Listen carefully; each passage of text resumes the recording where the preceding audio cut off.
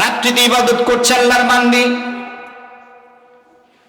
বাদশা নামদার, উনি চিন্তা ভাবনা করছে প্রতি রাত্রিতে কি হয়। হঠাৎ করে একটা বিরান ঘর, ওনার যেই ঘরে উনি ইবাদত করতেছেন, এই ঘরটা বিরান ঘর, যেখানে মানুষের যাতায়াত নাই। রাত্রিতে ঘুম ভেঙে গেছে, দেখে ওই জায়গা থেকে সরাসরি আল্লাহ তাআলার তরফ একটা আলোর রশি ঘরের ভিতরে পড়তেছেন। সুবহানাল্লাহ, আলোর রশি পড়ছে সরাসরি। কি হয় গিয়া দেখে আল্লাহর বান্দা সিজদায় পড়ে কাঁদতেছে। কি বলে কাঁদে? মালিক, সারাদিন যেই বান্দার খেদমত করে এখন তোমার সাথে ভাব বিনিময়ের সময়, তোমাকে মহব্বত করতে পারি না, ভালোবেসে দুইটা সিজদা দেব, দিতে পারি না, দিল খুলে তোমার সাথে নিজের মনের ভাব প্রকাশ করতে পারি না। এখন সময় হয়েছে গো আল্লাহ, আমি তোমার সাথে দীর্ঘ সময় কথা বলবো, আমাকে সময়। মালিকে যখন পাশ দিকে দেখে, কি অবস্থা দেখি, গিয়ে দেখে আল্লাহর বান্দা সিজদায় পড়ে আছে। কার সাথে যেন কথা বলে। উনি কথা বলার পরের দিন সকালবেলা বান্দাকে আজাদ করে দিয়েছেন, যাও। কারণ তোমাকে রাখার মতো দক্ষতা ক্ষমতা আমার নাই। এখন যদি তোমাকে দামে কোনো কাজ করায় আল্লাহ তাআলার শানে, তোমার সাথে বেয়াদবি হয়ে আল্লাহর কাছে পাপী হয়ে যাবে, ধরা খেয়ে যাবে। বুঝতে পেরেছে? রাত্রিতে তোমার যেই ঘটনা আমি দেখেছি, ওই বান্দা যখন বুঝতে পারছে আমার প্রেম ছিল আমার মালিকের সাথে, পৃথিবীর কোনো ক্ষমতা নাই তাকে জানার, আল্লাহ তোমার সাথে সাথে সাথে সিজদায় পড়ে গেছেন, চিৎকার দিয়েছেন একটা। কি চিৎকার দিয়ে বলতেছেন? আল্লাহ, তোমার সাথে আমার প্রেম ছিল, তবে শর্ত ছিল পৃথিবীর কোনো মানুষ জানবে না। যেহেতু মানুষ জেনে গেছে, আল্লাহ দুনিয়ার থাকতে চায় না। কিতাবের ভিতরে লেখে, কালিয়াবি কিতাবে লিখেছেন, সাথে সাথে চিৎকার দিয়েছেন, ফাখররা মাইতা, পড়ে গেছেন, তো মারা গেছেন।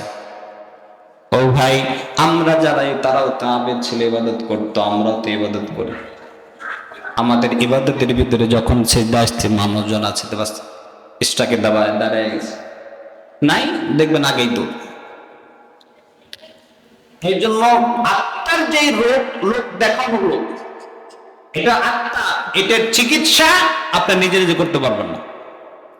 আত্মার যে রোগের চিকিৎসা করলে নিজে না কখনো সম্ভব নয়।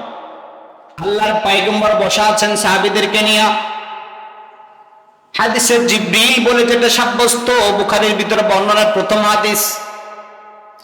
হাদিসে জিবরিলের ভিতরে আল্লাহর পয়গম্বরকে দিন শিখায় গেছেন জিবরাইল আমিন, সামনাসামনি সহবত দিয়ে গেছেন। আল্লাহ তাআলা চাইলে সরাসরি পয়গম্বরের অন্তরে দিতে পারতেন, তা না দিয়ে একজনের মাধ্যম দিয়ে বুঝায় গেছেন, শোনো, দুনিয়ার মানুষ যদি শরীরে যেই পরিমাণ রোগ হয়, মাটির দেহ, এই রোগের চিকিৎসার জন্য ডাক্তার আছে, ঠিক তদরূপ মানুষের যে আত্মা এবং রূহ, এই রূহের যেই রোগ হয়, এই রোগের চিকিৎসার জন্য ডাক্তার আছে।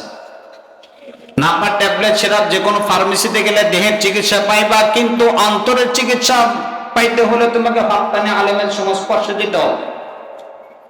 যে কোনো হাক্কানি আলেমের সহবতে তোমাকে যেতেই হবে, আর বিকল্প নাই। একা একা কোনদিন সাধনা পাওয়া যাবে না। যদি পাইতো, আমার আপনার চাইতে সবচেয়ে কোটি কোটি গুণ জ্ঞানী ছিলেন ইবলিস,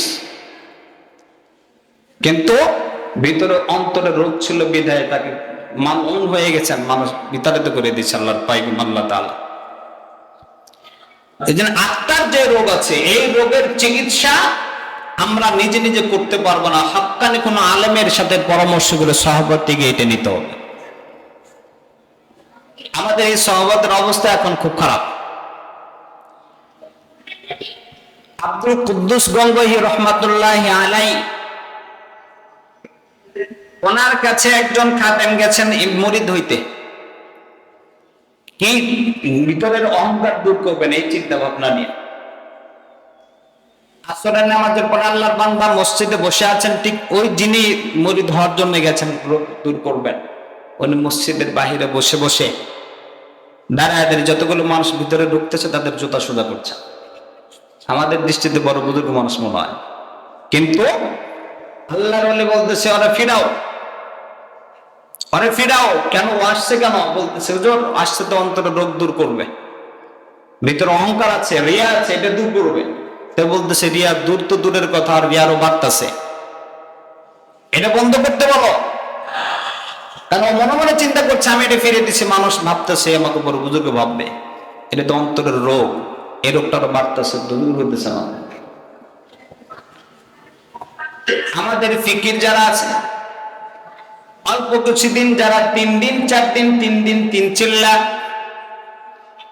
সারা জীবনের যে আমল নাই, জীবনের সমস্ত সময়গুলো, অধিকাংশ সময়গুলো গুনাহের ভিতরে কাটায় দিয়েছে।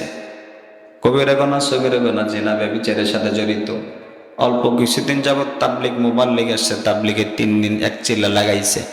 লাগানোর পরে যে আলেমের তুষ্কি লেগেছে, ওই আলেমকে এসে হুজুর চিল্লা দিছেন, সাল লাগাইছে।